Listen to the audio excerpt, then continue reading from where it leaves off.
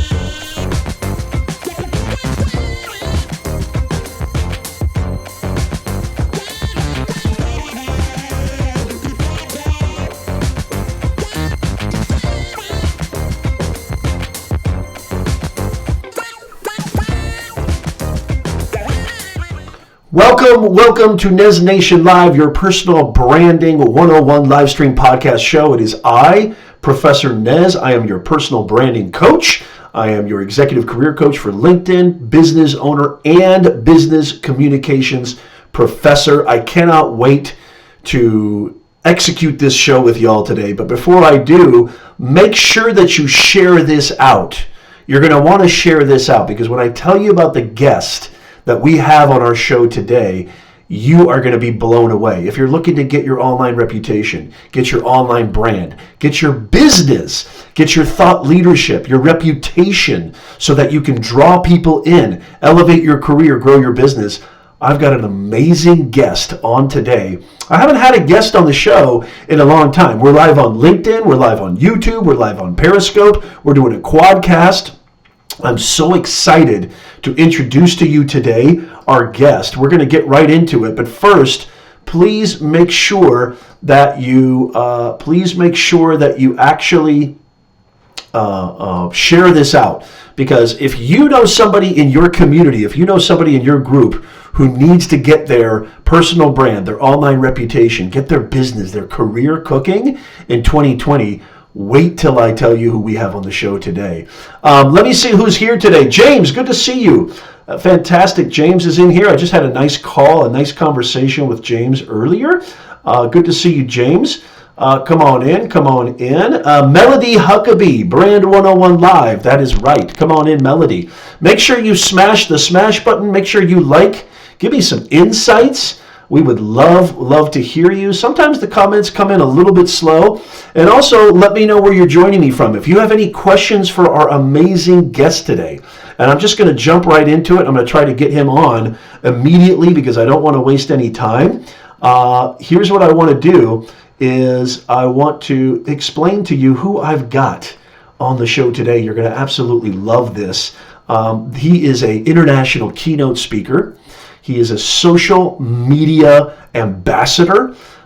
He's a best-selling author and just an overall social media superstar.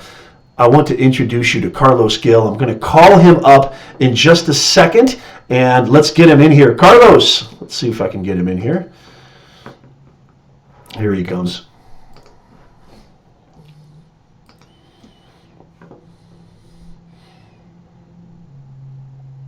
You're going to love this.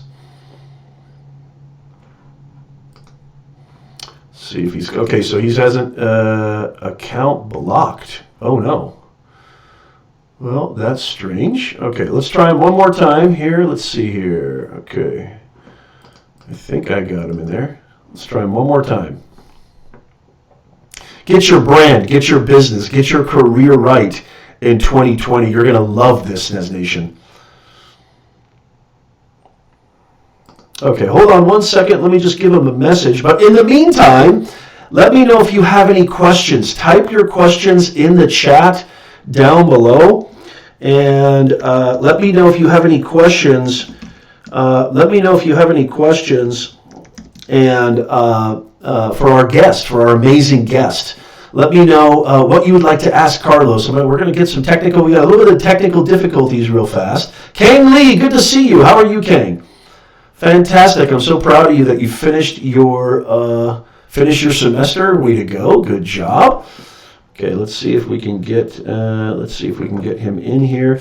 You want to leave your questions down below. Do you have any questions about branding? Do you have any questions about?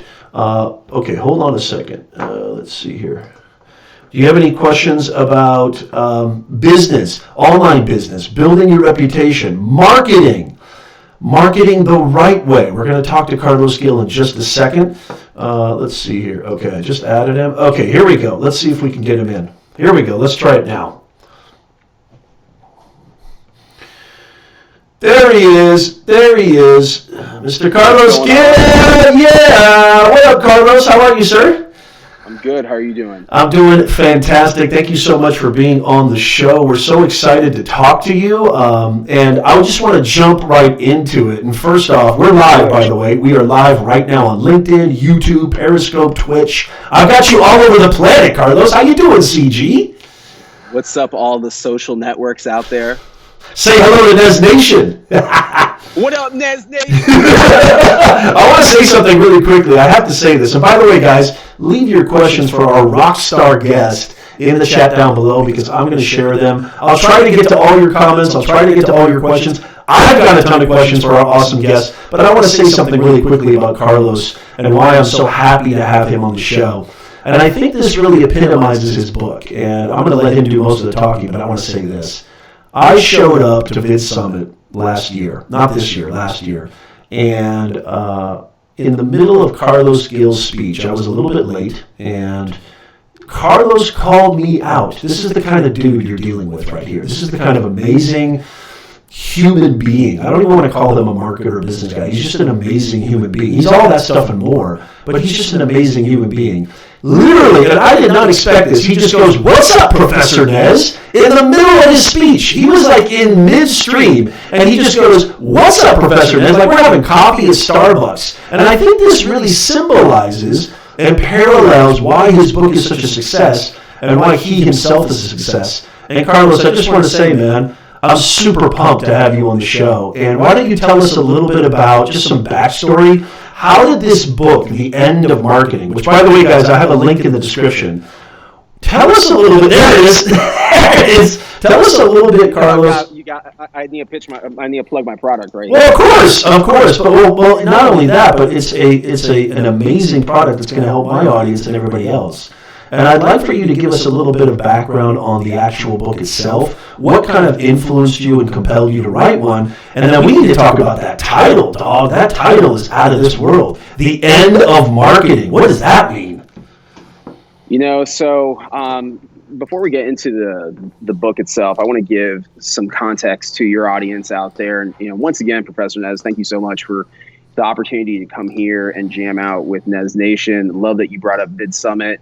One of the kind of talents that you have to develop over time if you want to be successful in the online marketing space is really getting to understand your audience, knowing who's paying attention, knowing who's in the audience, and something that doesn't really get talked about a lot. Because a lot of the communication that we do is like this. It's digital, it's virtual, it's over tweets, over Instagram. But there's something to be said when you meet someone in person. And whenever I do a keynote at a conference, first of all, I read the audience as I'm up there on the stage. I'm scanning the audience to see who's sitting out there that I might potentially know. But let's take several steps back. Then the marketing is really a brain dump, if you will, of the last 12 years I've worked in social media marketing. I started my career in this space in 2008. And I just lost my job in the banking industry. I was significantly younger back then. And I didn't go to school to understand marketing. In fact, I didn't go to college at all. I got laid off in the banking industry. I started up an online job board. And I literally rolled up my sleeves and started getting to work to promote my business by using social media. And in 2008, LinkedIn, Twitter, and Facebook, the big three of social networks, if you will, they were still relatively new. It wasn't like today where you have influencers and personal brands. So I was using social media very much at the ground level to connect with hiring managers and recruiters at companies. And that was the way that I was creating awareness for my online job board. Well, Fast forward to the years of 2009 and 10, I wasn't making any money, and I was self-funded. I had this very small job board called Jobs Direct USA. What really helped put me on the map was these events I was doing called pink slip parties. And what the pink slip parties were job networking events, essentially. They were mixers at bars to connect people that were unemployed together with companies that were hiring. And the way I was promoting my events was strictly through social media. So I was pitching to media, I was pitching to companies, I was making a lot of noise. And again, because social media was so new back then, there wasn't the level of noise, there wasn't the type of competition that you see today. So I was able to grow a business and a personal brand by helping people. Such a simple concept. And right around the end of 2011, one of the companies that came out to several of my pink slip parties was Winn-Dixie. They're a supermarket chain based in Jacksonville, Florida, where I lived at the time. And they said, Carlos, we need someone to run social media at a corporate level for us. Would you be interested in taking this job? And I jumped at the opportunity because, quite frankly, Professor Nez, I sucked as an entrepreneur in my mid-20s. I didn't know about running a business. Yes, I built a brand for myself. Yes, I learned social media from the ground up. I wasn't a successful entrepreneur. So I took a job, a corporate job, and that was my first professional experience, if you will, doing marketing for an enterprise corporation. And from there, I was hired by companies like LinkedIn to run social media for them. The speaking opportunities started to present themselves. And here I am now in almost the year 2020, 12 years later, able to tell the story and write this amazing book called The End of Marketing. Now, before I turn it back over to you, why the end of marketing? Well, first of all, why not? Marketing today is highly fragmented. And marketing means so many things. It's sales, it's communications, it's public relations, it's crisis management, it's personal branding. It's so many things that we just naturally do instinctively. And the entire premise of the book, The End of Marketing, is that people are brands today. I'm a brand. Professor Nez is a brand. Every single person watching this right now has influence. Every single person watching this is a brand. And what corporate brands still have not come to understand and realize in almost the year 2020 is that we all have access to the same tools. And people, consumers, are tuning out corporate entities to tune into personal brands. And if companies want to stay relevant, as we approach what I refer to in the book, throughout the AI evolution, if you will, or the AI apocalypse, they're going to have to find ways to humanize their brand through people. And that means taking real people to the organization, including customers, and having them be the storytellers for their company, creating content around people versus products and services. Love it. And the book itself teaches a very real strategic framework for how to get the most of Facebook, how to tell stories, how to be a savage marketer, as I described through the book. Like Randy. Oh yeah, I love it. Yeah, and this is what I want to really break this down to Carlos, because you've got just so much information that's valuable for my audience and beyond.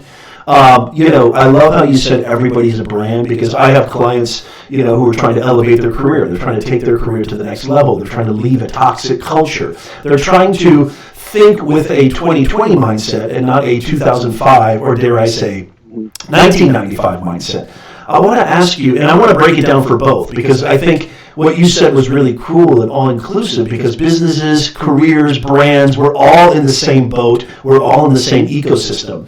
What do you think, what are people really doing wrong when they try to build their personal brand? I want to talk first from a career perspective. Yeah, I want to talk first from a career perspective, and then I want to talk from a business perspective. But I think you're going to pretty much make parallels to both. But what are people doing wrong?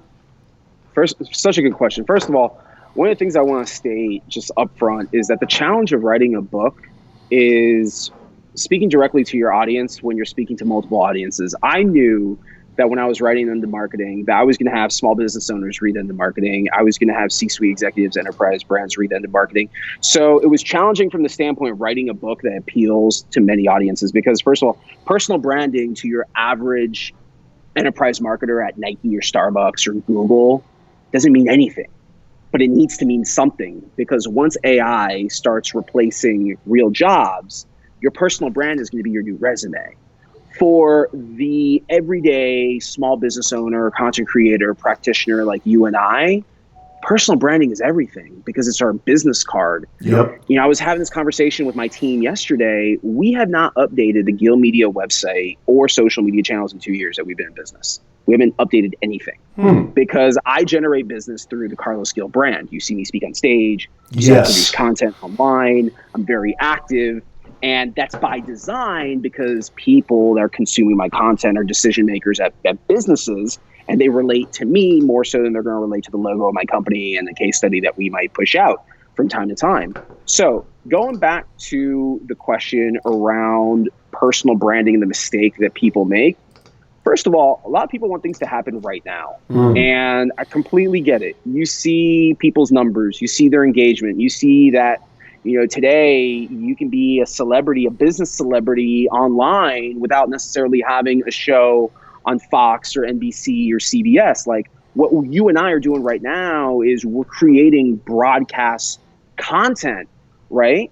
But people want things to happen right away. And I say this because as I was writing the book, I started introspectively thinking a lot about myself. And I've been on this journey for such a long time. And it's great that a few people know who I am, but I'm just scratching the surface, Professor Nez, and I'm going to my 12th year in this industry. The fact remains I'm a lot further ahead today than I was 12 years ago. The fact remains that, and I was saying this to someone the other day, I'll probably never have to work as hard as I've already worked. Because once you get to best-selling author status, once you start doing keynotes and your name is out there, then it's more a matter of maintenance as it is in terms of building. Like you've already built, now you have to maintain. Right. And people already know who you are. But that's me speaking now 36 years old, not 25 years old. 12 years in the game, not just starting out a year ago. You know what's interesting, Carlos, is I don't mean to interject. I apologize, but you know what's interesting? What you just said. I just want to piggyback on your point. I was talking to a client this morning.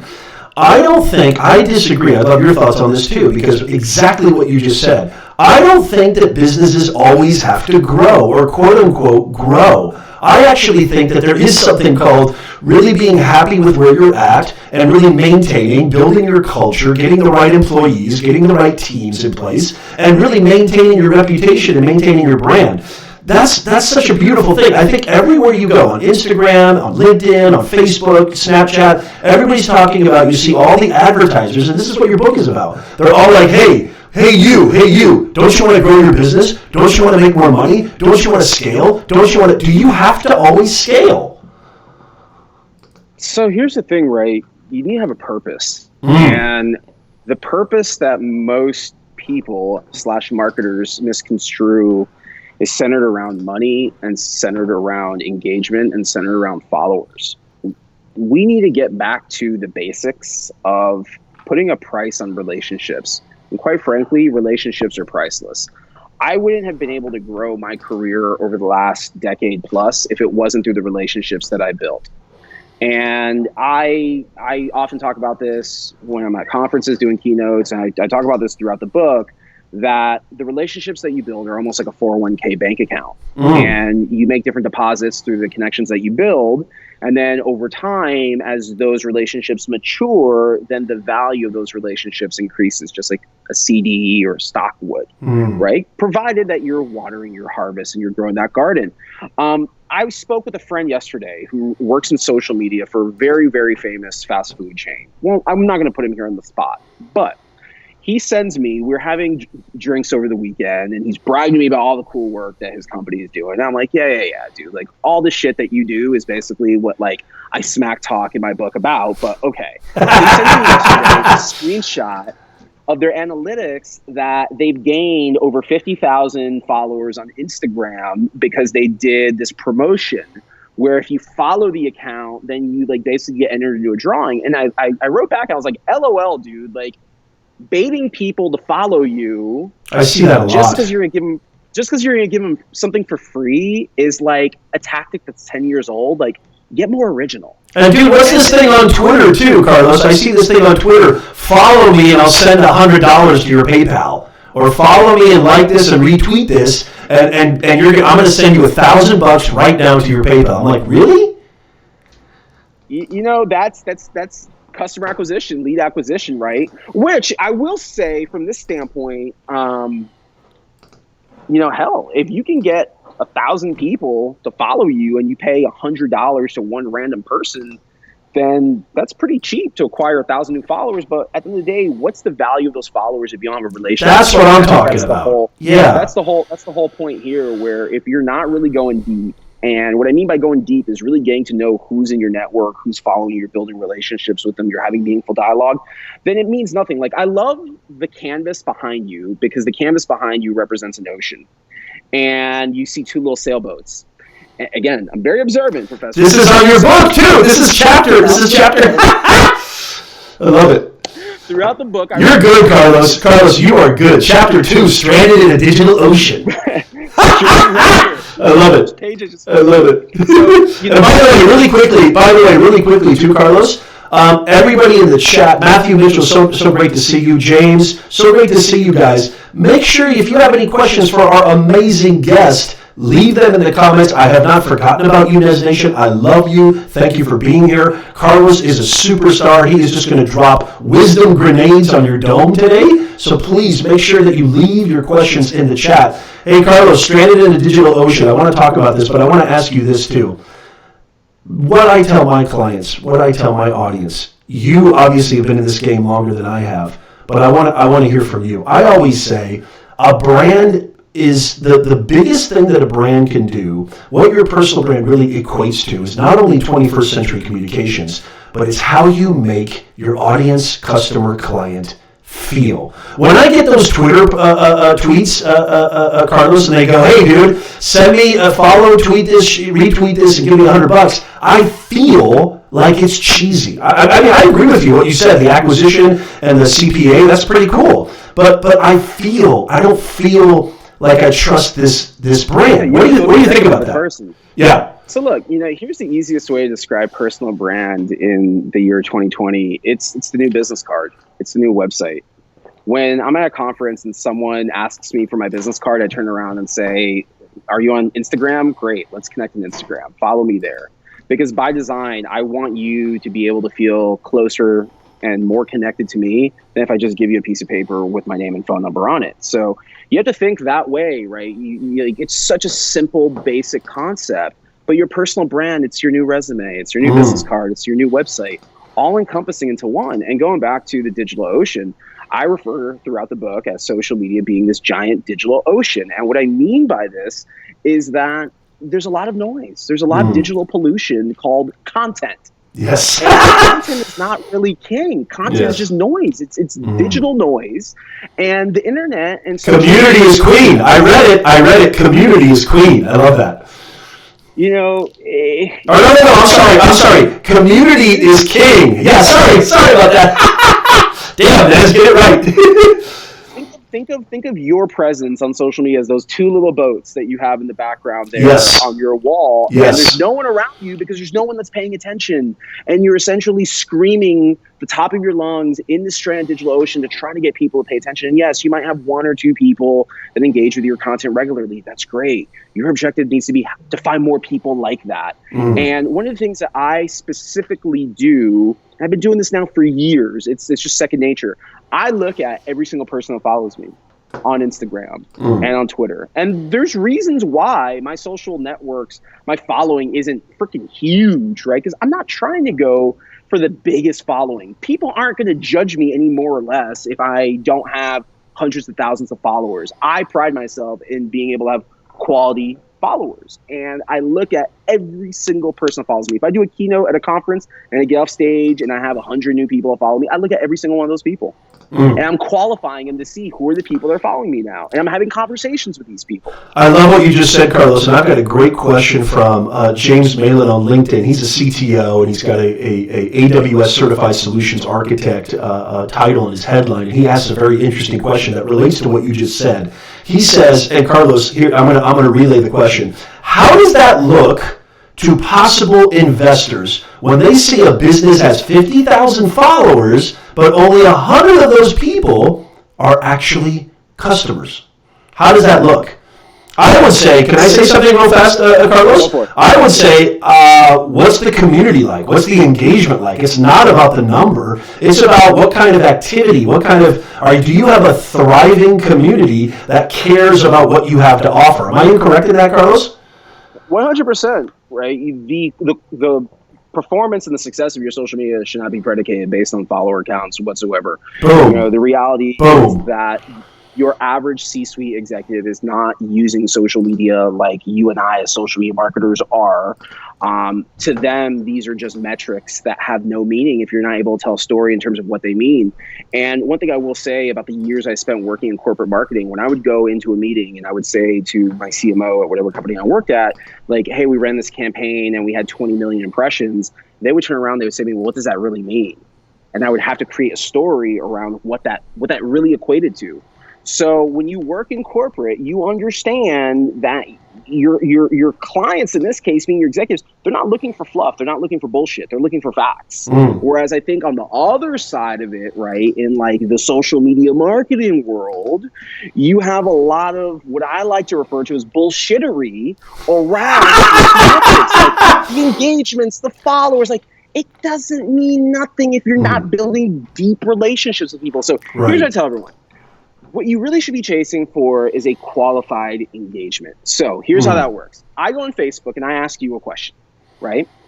Something along the lines of, I'll give you a very real life example. I spoke at the baseball winter meetings a couple of days ago to a bunch of executives. I saw that on Instagram. Nice. I saw that. So check this out.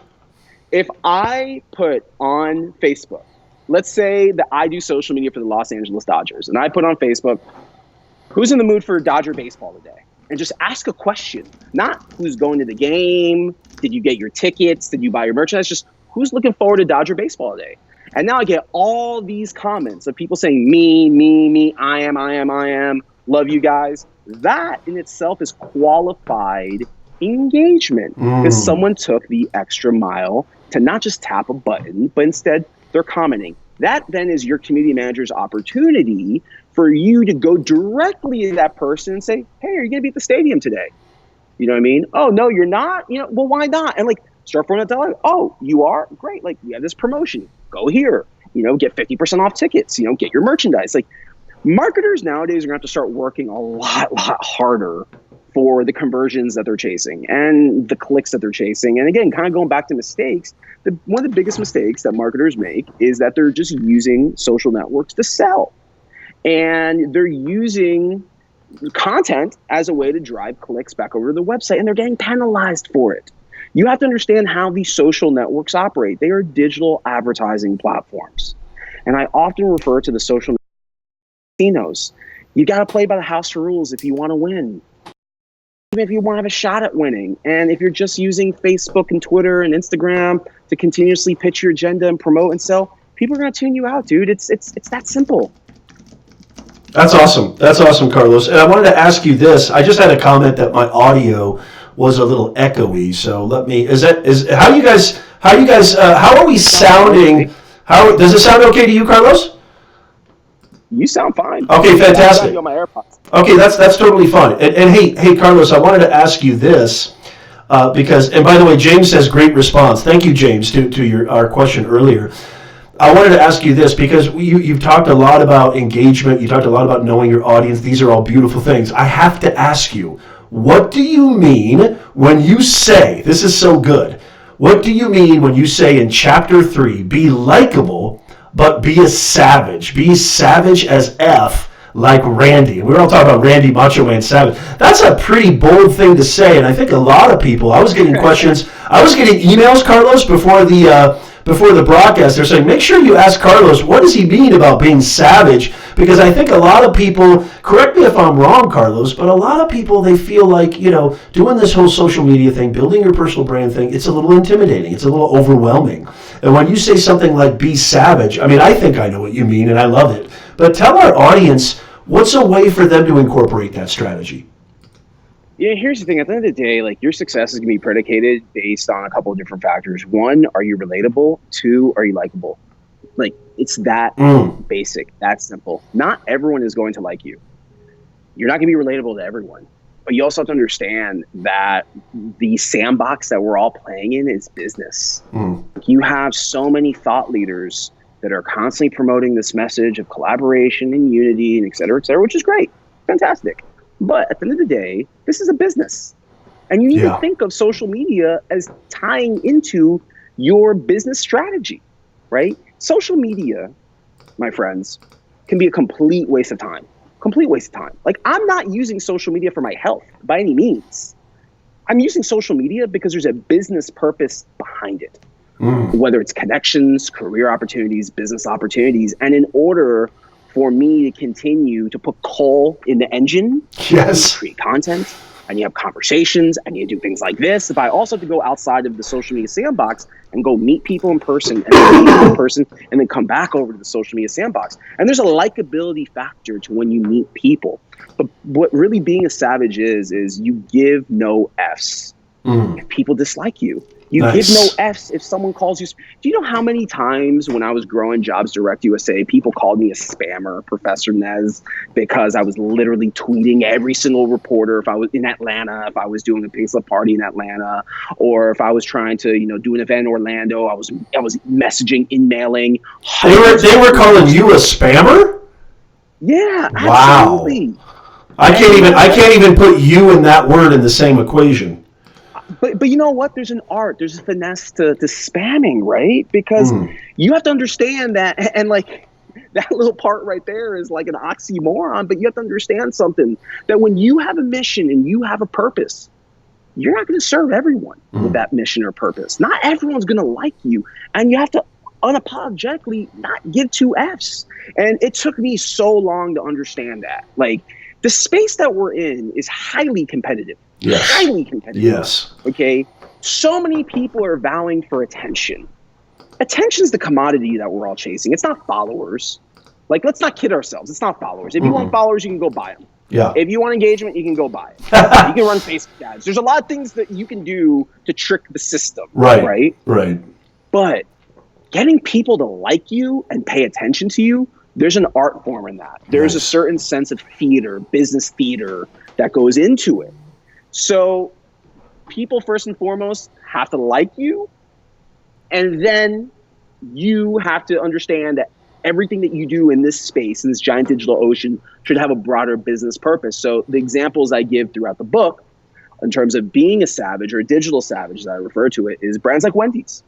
Brands like Wendy's don't King or McDonald's or Chick-fil-A feelings hurt because they are infringing on the digital space of their competition, right? Like, I would love to see brands actually start getting it, where they start looking at a platform like Twitter as a search engine. If I'm Nike and I see that someone's wearing Reebok, I have every right to reach out to that person that's wearing Reebok. But Nike's not doing it because they say, oh, this person's a Reebok customer. And that's a missed opportunity. And I use this as an example, not just in my book, but in my keynotes. I wear Cole Haan. And as I was writing the book, I went on Instagram and I looked up the hashtag I wear Cole Haan. And there was like over 400 pieces of content that Cole Haan had never engaged with. Well, why isn't another shoe brand, why isn't Grace or Ted Baker, Floor Shop, why aren't they engaging those people? Right. It's open opportunity. And being a savage is another word for just being aggressive. Being aggressively you, correct, Carlos? While being likable. But you can't manufacture likability, right? I mean, Carlos, so how do you, because my audience always says this all the time, like, what am I supposed to do? Like, how do I make people like me? What would you say to something like that? And I know you talk about this in the book. I just want you to say it for the record. People don't like you. You're speaking to the wrong audience. You know what I mean? I'm 36 now. And a lot of people that might be watching this or that followed me for a while probably met me when I was in my late 20s or I was in my early 30s. When Blab came on the scene, I was like 30, 31, right? And there was people in my industry or in our industry that for one reason or another didn't like me then or don't like me now. And things like that really used to bother me. And now I realize, like, I'm just going to be the best version of myself for the people that actually get value from my message and that pay my bills. And I'm going to keep finding more people like that, because if you start spending all of your time that you're awake trying to please the people that don't like you, then you really waste time in which you could be building relationships with the people out there that do like you. So Right. does that really make sense? Yeah, no, it does. And that's what I think savage, I love that sort of, metaphor, is the being like Randy Macho Man Savage, or being savage as F, is really about, thinking about your purpose, making sure that you've got your eye on the prize, your eye on the objective, and don't let anybody stop you. I say this all the time in my content, Carlos. I go, the only person that's stopping you is that dude inside your head whose favorite word is you suck, you can't, and all that. And this is actually psychologically, neurologically proven. Everybody has that little dude that lives inside their head whose favorite word is you suck, or you can't, or you're not good enough, you're not old enough, you're not young enough. And we need to fire that dude. I say that in some of my presentations. You need Professor Nez gives everybody permission right now to fire that dude in your head. And I think that's what Carlos is talking about. And when I was reading chapter 3, I was like, damn, that's exactly the kind of stuff I love to hear. And it's just a great message. I want to ask you this, Carlos. When it comes to, and we're going to talk about the end of marketing, we're going to talk about marketing in general, and I want to get to AI, and I want to be valuable and mindful of your time, but I want to ask you this. As somebody who is building their thought leadership, or somebody who's like, you know what, I am a mid-level manager, I want to get to VP of marketing, I want to get to VP of sales, I want to become a project leader or director level. This is something I talk a lot about with my audience, being an executive career coach on LinkedIn. What would you say are some of the best things and how to get unstranded in that digital ocean for somebody who is maybe not a business, maybe not an entity that is looking to acquire customers and clients, but just somebody who wants to impress employers? Because I share this stat all the time, Carlos, 92% of employers search your social media presence during the interview process. I think the simplest way to answer that is, if you want to, quote unquote, impress others in your industry, professionally speaking, then contribute to conversations that are relevant to those in your industry. So if you work in manufacturing, then speak about manufacturing trends. If you read an article online, maybe take a couple of minutes to share it on your LinkedIn network, or share it on Twitter, and just write a couple comments. Like, that's so simple to do, yet often overlooked. And there's also an element of networking, right? Making sure that you're in the right space. You look at a platform like LinkedIn, you have LinkedIn groups. Facebook, you have groups. Twitter, you can just easily run searches and see what people are speaking about.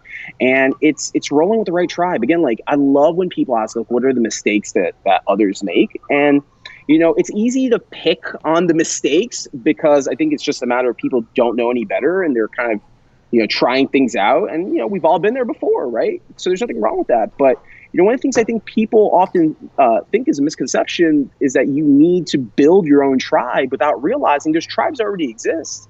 It's really easy to swoop in and join a tribe. Like, you don't need to ask for permission to have conversations with professionals in your industry. Like, I like to use this example a lot. When I started my business a decade ago, I didn't come from the recruiting or HR world. But very quickly, I integrated myself into that world. I started providing my own point of view. I started listening to what others were saying. And, we're at this intersection in time right now where you have this next generation, being Generation Z, that's starting to kind of mix in with the millennials and Gen X and the boomers. And I tell these young men and women all the time, like, don't just hang out here, like, with the Gen Zers. Like, start spreading your knowledge in these other tribes and these other communities, because over time, that is how you're going to grow your network, and that's how you're going to grow your following. And I know you talk a lot about LinkedIn groups, and LinkedIn is my jam. And I have built my business and brand on LinkedIn for the past decade, and I just love this beloved platform. I've got LinkedIn Live, which I love using and implementing. Everything that you're saying is fantastic. Network, be human, contribute, be a participant in the conversation. You even say this on page 30, less promotion, more interaction. Talk about that just a little bit. Then I've got a question from my main man James on LinkedIn, a really good question. We're going to move into the business side, and I want to make sure to ask you about 2020 and beyond, especially when it comes to automaticity and AI. But yeah, talk to us a little bit about less promotion, more interaction. Why are people promoting themselves? Isn't promoting okay? Isn't that marketing? So there's a fine element to self-promotion that goes into, again, being a savage, but yet being likable. And I think self-promotion is completely okay, provided. That's a tough line, isn't it? That's a tough line to walk. Yeah. That's fine. Like, provided that you're giving value to the field, then absolutely, like, be your biggest fan all day, beat your chest all day. I think the fine line is, like, people don't want to hear, like, every single day that, you know, where my book ranks on the Amazon charts. Are you sure? I care. But, you know, what people need is they need motivation. They need inspiration. They need education, right? And people that are seeking that, they're going to find ways to get it. They're going to share that out with their friends. And what I love about the state of social media today is you don't really have to have a big following in order to stand out. Like, I'm going to repeat that again. You do not need to have a big following in order to stand out on social media. Twitter's a search engine. Instagram's a search engine. Hell, LinkedIn's a search engine today. Put out content to the world that's going to be relevant to the audience that you're trying to serve. Preach, brother. Preach, brother. In my case, the audience I'm trying to serve is a combination of enterprise marketers that work at brands, and it's solopreneurs and small business owners that are looking to learn more about social media marketing. It's real estate agents. It's insurance agents. So again, when I said before about being a savage, like, I'm not here for my health. You know, strategically speaking, there's a reason why I'm not really telling you what I do personally, because I value what I do personally. I'm here for business. Love it. And it took me, like this is real talk now. It took me a decade to figure that out. Like, let me restate that, Professor Nez. It took me 10 years for me to figure out my purpose. And you're not going to get this on day one. You're not going to figure it out 1 year in. Do you know how many people I've seen come and go in the internet marketing space in the decade of doing this? A lot. Yeah. Because people want instant ROI. Yeah. And what you got to realize is that this is a long-term play. And again, attention's the commodity. Relationships are the commodity as well. You know what's so funny, Carlos, is we were visiting my parents last week, and I took my kids over there. And I know you got kids too. You're a family man, a fantastic family man. And my dad goes, you know, my dad was giving me some gruff. He goes, you know, I asked Sam, that's my son, I asked Sam, what does he want to be when he grows up? And you know what he said, Carlos? He goes, I want to be a YouTuber like my dad. And my dad was so pissed off. My dad's like, I want this dude to be a doctor. I want him to be a surgeon. I want him to be a lawyer. And I looked at him, you know what I said to my dad, Carlos? I go, Dad, I'm not a YouTuber. I use YouTube. I leverage YouTube for my business. I leverage YouTube for my brand. I mean, Carlos, I've said this a million times, and I know you have experienced this. There's nothing special about Professor Nez. This stuff works. I can't tell you how many clients have said, Nez, I saw your video. Love your energy. It's infectious. I love the way you communicate. You're a business communications professor. You've been doing business your whole life. I want to work with you. Here's a check. Boom. This stuff works all the time. This isn't like Carlos said, y'all. Nez Nation, heed this. I beseech you. Like Carlos said, this stuff works. It's not about quantity. It's about quality. I said this yesterday on the LinkedIn live stream. It's about quality, not quantity. You don't need 1 million subscribers on YouTube. I know dudes and dudettes who have 1,000 subscribers, but they've got a multiple six-figure business. As Carlos says, in the end of marketing, hold up that book one more time, Carlos. I got the audio version. Hold up that book. As he says in the end of marketing, which, by the way, there's a link in the description down below. As he says, be more human, interact more, create content that serves your audience. Okay, Carlos, I want to talk about this, and then I know we don't have a lot of time left. James has a great question. We're going to get into the business side. So we talked about career, thought leadership, personal branding. Now I want to get into business. It's all about business now, baby. So James says, what would be the approach? He's got a question for you, Carlos. What would be the approach on a service-based business for utilizing social media as opposed to a retail business? So what would be the approach on a service-based business? Right. So, for example, like real estate, I would consider to be a service-based business because you're providing a service. The house in itself is not the commodity. It's the service that you're selling, the white glove service of showing someone a neighborhood, showing them multiple houses as opposed to showing them just one house that they purchased. So like I work a lot with the real estate agents, which is why I use this as a common example. So again, humanization of brand isn't humanizing the service. It's humanizing the person that sells the service. So what makes you qualified? What makes you the best? And you can insert any product here. It doesn't matter what you sell. It doesn't matter if you sell shoes, if you sell books, if you sell houses, you sell insurances. What makes you someone that I want to work with? That's the problem that you and anyone watching this, and James, right? That's the problem that they need to solve. So many people are making the product the hero. They're not making themselves the hero. Oh, I love that. Going forward in 2020 and beyond, you need to make yourself right now the hero of your company. Whether you're a one-man company, whether it's 20 people, I don't care. You need to make yourself the face and the hero of your company. Everything else is just transactional, right? So again, going back to real estate agents, when a real estate agent takes a listing, right, they hope that they sell that home as quick as possible, right? It's a one-time transaction to sell a home, but the relationship continues well beyond the transaction. And real estate agents continue to grow their business through referrals and word of mouth. At least they hope they do. Yeah. Right? And how is it that you're going to grow your business through word of mouth and referrals if you're not fostering relationships with people well beyond that transaction? Oh, that's brilliant. I love it, Carlos. Carlos is dropping the wisdom bombs on y'all. I can't believe this. This is fantastic. If you're just joining us and you have a question for my main man, international keynote speaker, best-selling author, Mr. CG, Carlos Gil, you got to drop that in the comments down below. Share this out too, guys, because I mean, talking about, building your brand, curating content is a beautiful way to do that too. You don't always have to do the creation, right, Carlos? No, you don't always have to do the creation. In fact, there's this misconception that content needs to be in the form of a really well-produced video or photo, but conversations is content as well. So let me give you like a growth hack here, because I know people love growth hacks. Bust it. I will be in an Uber, I will be in an airplane, I'll be in line at TSA, I'll be walking to go get Starbucks up the street, and I just look at my feed and I do voice talk to text with random people. I just look at my feed and see who's posting content, and if it's something that appeals to me, where I can provide my opinion, I can provide my point of view, my perspective, even if it's just high-fiving someone, I'll swoop in. And I'm not talking about people that are mentioning me. I'm talking about just random people on my feed. Nice. And that's ways to start conversation. You'd be surprised like how many people you can engage if you just spend 10 random minutes when you're in line waiting for something. You're at the bank, you're at the post office, and you just start doing voice talk to text. Man, you start doing this, you start building these habits up, your network is going to organically grow. I guarantee you.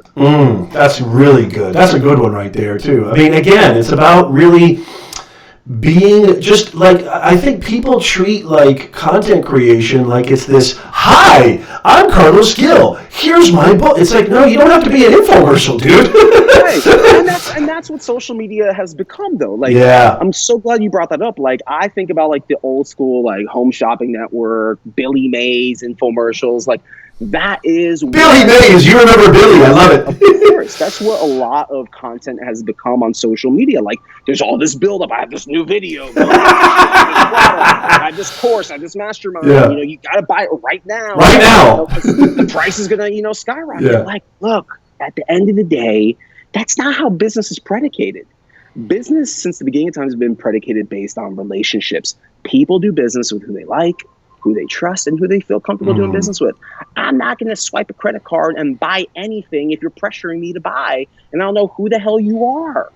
So why are you using tactics that seem very much like used car sales? I got a ton of love for my used car sales professionals out there because I work with them as clients. Yeah. But you need to sound real and relatable, man. And it's so funny. Like, I want you and your audience to think about this for a moment. I will go on stage, right, and I'll have hundreds of people in front of me, if not, thousands. And I will ask them this question. Who woke up this morning and went to Facebook and saw what their favorite brand of all time posted? Nobody. And then I ask, again, throughout the keynote. Nobody. Does anyone here in this room like being sold to? Raise your hand. Not a single hand. Yeah, nobody. And then I want to say it's in the first couple pages of this book. I literally say, think about a time in which you saw an ad on Facebook and you whipped out your credit card and made an impulse buying decision. Right. It's never happened for me. Right. And when I ask this question to people are like, yeah, I've never done that before. Okay, so then let's analyze this for a second. Why are you putting so much stock into social media to sell to people when you yourself as a consumer don't even opt in to any of these marketing tactics? Right. Which is why marketing is fragmented and why marketing is failing as we know. And that is why we are at this intersection of time which is the end of marketing. Love it. Love it, Carlos. I love it. Okay, I want to ask you this because I want to be mindful of our time. So we talked a lot about being likable, getting your audiences top of the funnel, right? Awareness. Who in the world are you? Why should I trust you? I don't even know you. I need to like you before I can transact with you. We talked about elevating your career, demonstrating to people, why should I pay attention to you? Who is Professor Nez? Why should I even give you the time of day? And then we also talked about really communicating, participating, and contributing, and being savage, which I love, being aggressive, and not being afraid to put yourself out there. Let's talk about the future. Let's talk about 2020, Carlos Gil. So you talk a lot about AI towards the end of your book. I'm really excited about those chapters. I haven't dove as deep as I want to yet, but I really am excited about those chapters. What should Nez Nation, what should we, Carlos, worry about, or what can we avoid when the obvious tidal wave of automaticity, automation, artificial intelligence is going to come roaring down the pipeline? What should we do, Carlos? Here's the thing. To put it very succinctly and make a very bold prediction, if you do not have an online brand within the next 3 or 5 years, it will be very hard for you to get a job. That's simple. Okay, hold on, Carlos. Carlos, I love this. I just said this. I've said this a couple of times. I just love what you just... And by the way, guys, time out really quickly, time out. This is only the second or third time Carlos and I, even though we kind of feel like brothers from another mother, like at least I feel that way about him. I hope he feels that way about me. You always know you can count on me, CG. But I mean, like, dude, I literally, an executive career, I have an agency, Carlos, that helps people with their LinkedIn brand, helps people with their resume. I've been telling people the resume is dead. What you just said, Carlos, can you please compound my point and please elaborate a little bit more on that? Why is content going to be, why is your online brand going to be literally the way for you to interview in 2020 and beyond? Here's the thing, like, the world is becoming much more connected, and we're not scaling backwards in terms of connectivity. We're continuing to move at a rapid pace. You start, again, you have different generations, right? They're changing. Like, my parents' generation is starting to retire, right? And you have another generation, Generation Z, that's very quickly starting to enter the workforce. And the way that we connect, the way that we meet, the way that we stay in touch, it has become modernized. And succinctly speaking, and I write about this in the marketing, like, what I love about the book, even though, obviously I'm biased, I wrote it, is like, there's 12 chapters in it. So it's almost like a boxing match, right? Like, I'm jabbing throughout, like, chapters like 1 through 8. And I'm getting you to realize the importance of personal brand and being likable and being human. And all of a sudden I drop this right hook on you where it's like, yo, once C-suite executives start to get wind that jobs can be automated, marketing jobs specifically can be automated through AI, then you don't need a social media marketer anymore to make decisions. You don't need a community manager to manage a community. You don't need an agency to write content. Like, imagine now if I'm, let's just say, I don't know, Starbucks, and I can take all of our tweets since the beginning of time, since we joined Twitter, and dump that into some sort of like AI-powered social media management platform. And now I can take all the responses, all the comments, all the feedback, and anytime someone tweets, based on all of this archived data, AI instantly, within seconds, responds to someone. You don't need community managers. You don't need someone to write content anymore. There are platforms that I have now tested that you can literally drop in a YouTube video. It will transcribe the video for you, and it'll spit out dozens of social media posts for you. And then you can schedule them based on, and there's more of these tools popping up all the time. I feel like every day in the App Store, Carlos, there's a new app to help you not only create the content, think about the content, curate the content, but actually edit the content, post it on a regular basis, put it in this Twitter loop, where it tweets every 5 days or 2 days or what have you. So here's what that says to me, okay? Here's to break this down. You're not going to need to rely on people anymore to do the menial tasks of writing, even thinking and responding and engaging. That process is going to be removed altogether from the marketer's hands. So what value does the marketer still serve to an organization besides programming the AI and really being behind the scenes to make sure that everything's running and you're sifting through the data? Well, it goes back to how we got here in the first place, which is relationships and likability. People don't relate to AI. people don't relate to robots or bots because we're human beings. Soft skills. And that's going to be what keeps you going. That's going to be what keeps you employed, is when you meet someone. Yes, like your resume is going to be that much harder to get through application systems, because there's going to be certain keywords that are being looked at. There's going to be different criteria that are being looked at.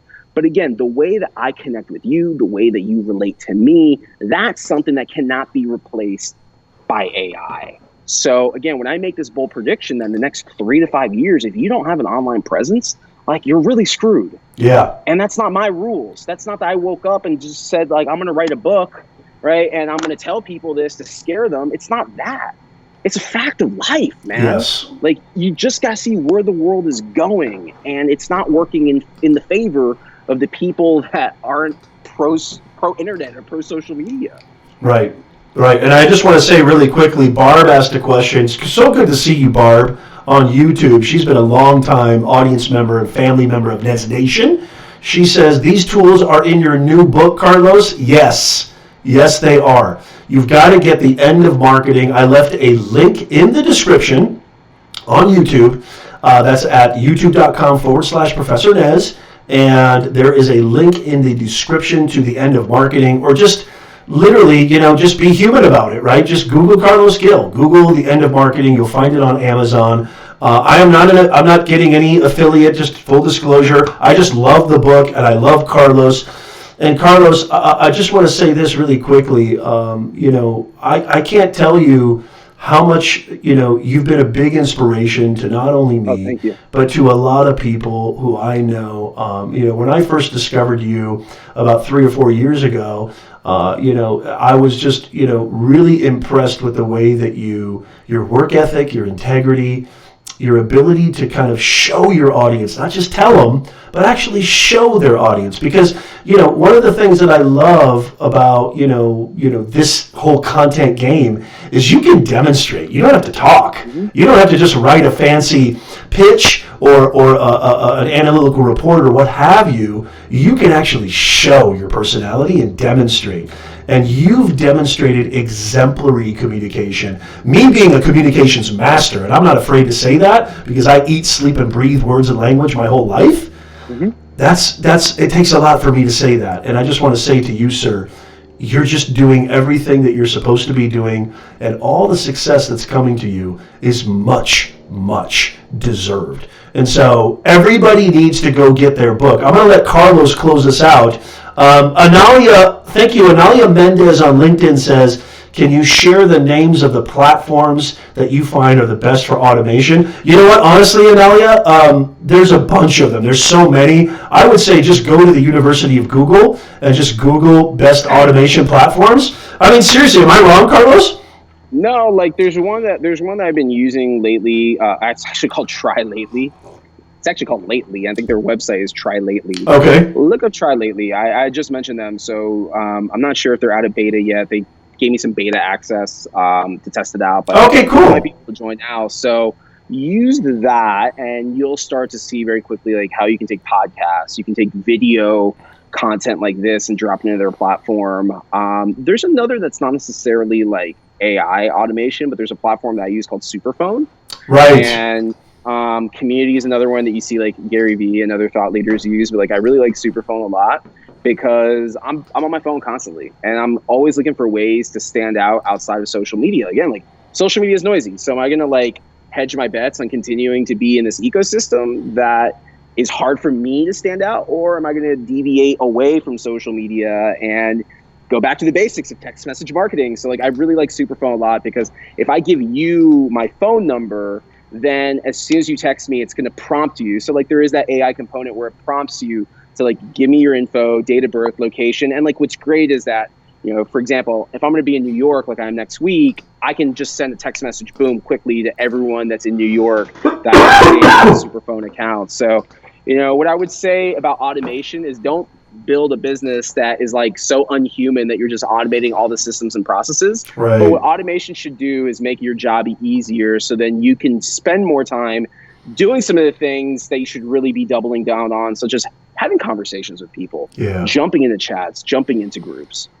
Hey, I just want to say, everybody watching, everybody listening, this will be on the podcast. If you're listening to this on the podcast right now, after this recording, thank you so much for listening. I'm going to let Carlos close out the show, and I just want to say thank you, first of all, to all of you, Nez Nation. You know how much I love you guys. Thank you so much for being here. Thank you so much for sharing. Thank you so much for your comments. If you need anything from me, you know where to get me. You know where to reach me. I'm all over the place. You can also email me at nez@professornez.com. But Carlos, I'm going to let you have the last word. Tell our Nez Nation audience, where they can find you, where you would like them to reach out to you first, and then tell us what a big takeaway, what should they be doing, and maybe your last final words. Thank you so much, Carlos. Absolutely. Well, first of all, thank you so much for the opportunity, Professor Nez. If you got any value from this whatsoever today, make sure you get The End of Marketing by going to endofmarketingbook.com. It's also on Amazon. You can find it there just by looking up End of Marketing. There's the print version, there's Kindle, there's audio. I narrated the audio version. It's very good from what I hear. Barb just got the Kindle version today. Wow. All right. Nice. Thank you, Barb. You can follow me at Carlos Gil 83 on Twitter as well as on Instagram. In terms of like a key takeaway, I allude to this in the last few words that I say in the book. What's old is new again. And think about everything that you do today being all about old school rules with new school tools. So I alluded to this throughout this recording. I alluded to this throughout the book. People relate to people. People buy from people. People trust from people. Like, people at the end of the day really don't care about the product or service because that's just something that fulfills a need in the moment. But the relationship that you have with your customers is really what matters. And the reason why I say what's old is new again is I think that over the last decade, we've moved away from the importance of relationship building because we look at social media as just being all about like shiny new object syndrome. We look at social media about FOMO. We judge people based on if they're verified, if they have followers. And in the real world, none of that really matters. And I realized this just through introspection as I was writing the book. We have two parallel universes that we live in. We have the real world and we have the online world. They're not the same. If I meet you online, that's not IRL. That's not the same as the real world. That's the online world. In the online world, we're all more popular than what we really are in the real world. We have more friends. We're more liked.